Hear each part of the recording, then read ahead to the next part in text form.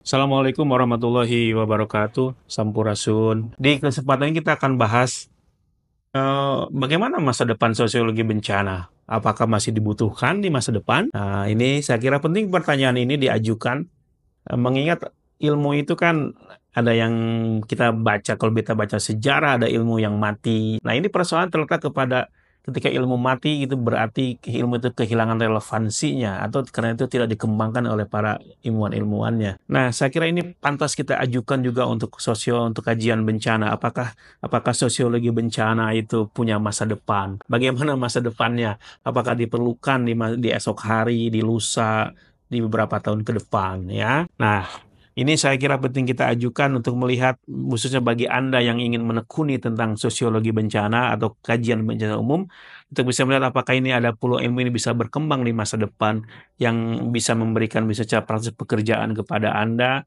pekerjaan yang terbuka kepada peneliti dan praktisi di bidang kajian bencana. Kalau kita bertanya tentang masa depan bencana, kita dapatkan jawabannya di kajian yang ditulis oleh Lori Peek dan kawan-kawan dengan dari artikel dari book chapter mereka Sociology of Disaster ya. Di situ judulnya itu ada yang menarik, The Future of the Field, Disaster Sociology for a More Turbulent Unequal World. Jadi maksudnya begini, Lori Peek itu menulis dalam chapter ini, dia mengatakan bahwa bagaimana masa depan sosiologi bencana, berasumsi bahwa sosiologi bencana itu masih sangat diperlukan, terutama karena kedepannya dunia itu akan semakin mengalami goncangan dan unequal world, dunia yang tidak setara atau tidak adil. Sebelum kita menjawab lebih lanjut bagaimana masa depan sosiologi bencana, mari kita lihat dulu data. Fakta menunjukkan bahwa kerugian akibat bencana itu setiap tahun dan setiap abad terus mengalami meningkat secara global. Misalnya secara ekonomi, data menunjukkan pada tahun 1998 sampai 2017, dan ini mungkin data ini akan lebih tinggi setidaknya pada 5 tahun terakhir ini, bahwa secara ekonomi negara di dunia mengalami kerugian hampir 3 triliun dolar. 3 triliun dolar kerugian ekonominya secara global. Ini sangat besar, jumlah yang sangat besar. Nah, data yang menariknya adalah 1/3 kerugian bencana diderita oleh Amerika Serikat. Mengapa Amerika Serikat? Karena dalam data menunjukkan bahwa Amerika Serikat sering mengalami bencana. Kita sering dengar berita ada tornado, storm dan sebagainya di sana, gunung api, kebakaran hutan dan sebagainya. Jadi secara umum negara-negara berpenghasilan tinggi adalah negara-negara yang banyak mengalami kerugian secara ekonomi. Dan bagaimana negara-negara miskin dan negara berkembang, mereka juga sama mengalami kerugian ekonomi, tapi secara umum dikatakan bahwa kerugiannya tidak proporsional. Bagaimana dengan kerugian dari sisi manusia? Nah, pada tahun 1998 sampai 2017 itu kematian manusia akibat korban itu sangat besar, sekitar 1,3 juta orang meninggal akibat bencana dengan berbagai jenis bencana ya. Nah, sekitar 4,4 miliar orang itu terluka, kehilangan rumah, mereka terisolasi atau terusir, atau mereka harus menjadi pengungsi. Secara tahunan begini, jadi kematian tahunan akibat bencana itu diperkirakan 60.000 sampai 100.000 orang. Apakah data ini akan terus meningkat? Datanya menunjukkan iya. Artinya bencana akan selalu ada. Sekarang, besok, dan akan datang, bencana akan terus ada. Karena bencana akan selalu ada, besok, lusa, dan sebagainya, maka ilmu yang mengkaji tentang bencana juga akan selalu relevan, mengingat bencana akan selalu ada. Maka ilmu-ilmu yang mengkaji tentang bencana secara ilmiah akan terus relevan dan tetap dibutuhkan. Dengan demikian, ilmu yang membahas tentang bencana, khususnya sosiologi bencana, memiliki masa depan yang cerah, artinya akan tetap relevan, memiliki signifikansi di saat sekarang dan besok. Maka Anda yang tertarik mengkaji bencana, maka ilmu Anda tidak akan sia-sia. Maka ilmu Anda, pengetahuan Anda, dan juga aplikasi Anda demi akan tetap dibutuhkan, mengingat relevansinya ilmu ini, dan bencana akan selalu ada. Tetapi untuk bisa menjaga signifikansi ini, tidak boleh hanya diam.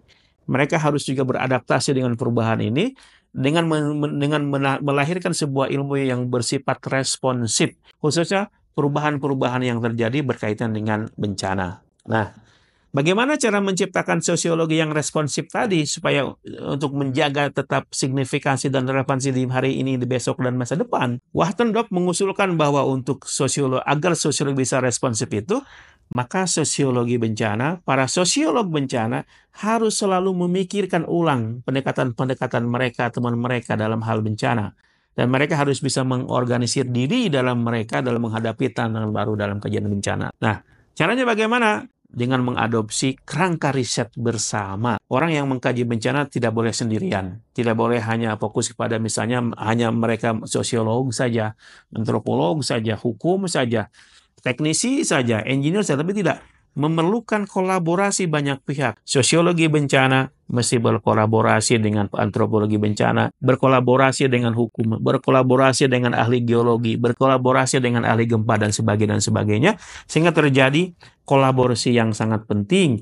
Supaya apa? Mereka bisa memberikan kajian-kajian yang relevan, dan nanti akhirnya bisa memberikan solusi-solusi yang relevan seiring dengan perubahan pola-pola bencana yang terjadi di tengah masyarakat kita. Sosiologi yang responsif itu mesti problem fokus. Artinya, kajian-kajian bencananya mesti difokuskan kepada bagaimana merespon problem yang ada. Jadi riset-riset itu tidak boleh hanya bersifat riset untuk riset, tetapi juga harus difokuskan kepada bagaimana mengatasi problem. Yang kemudian ini berkaitan dengan solution oriented, diorientasikan kepada memberikan solusi atas problem yang tadi. Nah, maka di sinilah pentingnya ada mobilisasi peneliti dan praktisi. Nah, untuk apa? Supaya mereka praktisi dan peneliti ini bisa berkolaborasi, memberikan respon yang memadai terhadap isu-isu atau tantangan baru yang ditimbulkan oleh kejadian alam, baik secara sosialnya dan yang lainnya. Terutama untuk bisa merespon secara memadai terhadap orang-orang yang selama ini mengalami marginalisasi. Nah, mungkin nanti akan dalam kesempatan ini saya pernah menjelaskan kepada Anda bahwa ketika bencana terjadi, yang paling terdampak adalah kelompok-kelompok marginal, kelompok-kelompok kecil, masyarakat miskin, masyarakat yang minoritas, baik minoritas etnik, agama, dan sebagainya. Nah, saya kira salah satu upaya menjaga responsivitas dan relevansi sosiologi bencana adalah maka kajian-kajian mereka mesti difokuskan kepada orang-orang yang sering dianggap marginal ini, yang justru mereka sering mengalami korban paling banyak ketika terjadi bencana. Dengan demikian kita bisa melihat nih, masa depan bencana akan tetap cerah, tanda petik, karena relevansi akan tetap terjaga. Tetapi untuk bisa mencapai ini, sosiolog bencana mesti mengambil alih menjadi leader dalam kajian bencana yang bersifat interdisipliner dan multidisipliner. Ini penting pendekatan interdisipliner, terutama dengan pendekatan social science,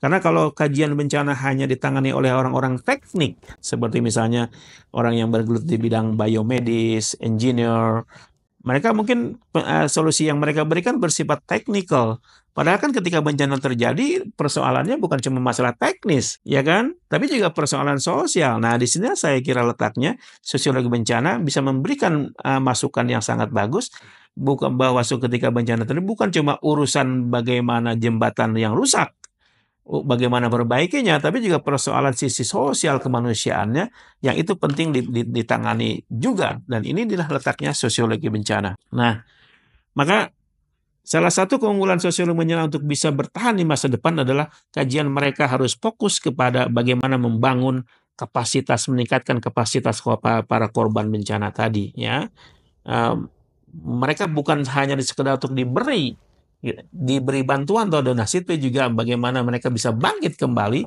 mengembangkan kapasitas yang mereka punya, sehingga nanti mereka punya kemampuan untuk merespon dengan memadai, setidaknya ketika bencana terjadi jangka panjang mereka punya kesiapan dalam merespon bencana di masa depan. Nah, bagaimana caranya untuk bisa melakukan ini semua? Nah, saya kira penting keterlibatan banyak faktor.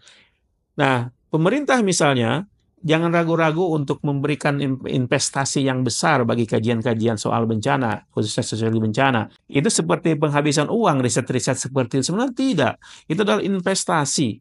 Jangan pernah merasa rugi ketika pemerintah mengeluarkan uang banyak untuk riset. Kelihatannya mungkin merugi, karena memang tidak kelihatan langsung hasilnya, tapi dalam jangka panjang atau minimal menengah, hasil-hasil risetnya akan bermanfaat bagi masyarakat dan negara, khususnya dalam konteks penanganan atau manajemen bencana. Setiap riset memerlukan dana, dan saya kira pemerintah di sini tidak boleh diam, di samping juga adalah swasta, industri, mesti terlibat dalam mengkaji bencana.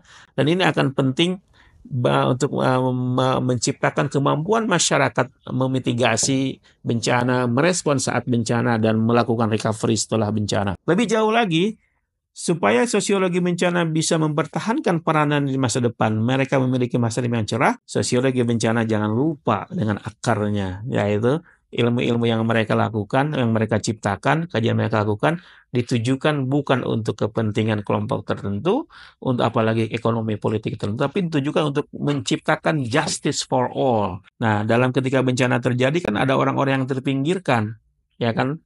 Karena mereka ras yang berbeda, bahasa yang berbeda, dan sebagainya, maka orang seperti itu terpinggirkan, tidak memperoleh dukungan, bantuan, dan sebagainya. Maka kejadian bencana itu mengingatkan kepada banyak pihak, khususnya para manajer bencana, semua orang harus mendapatkan haknya, termasuk orang-orang kecil, orang miskin.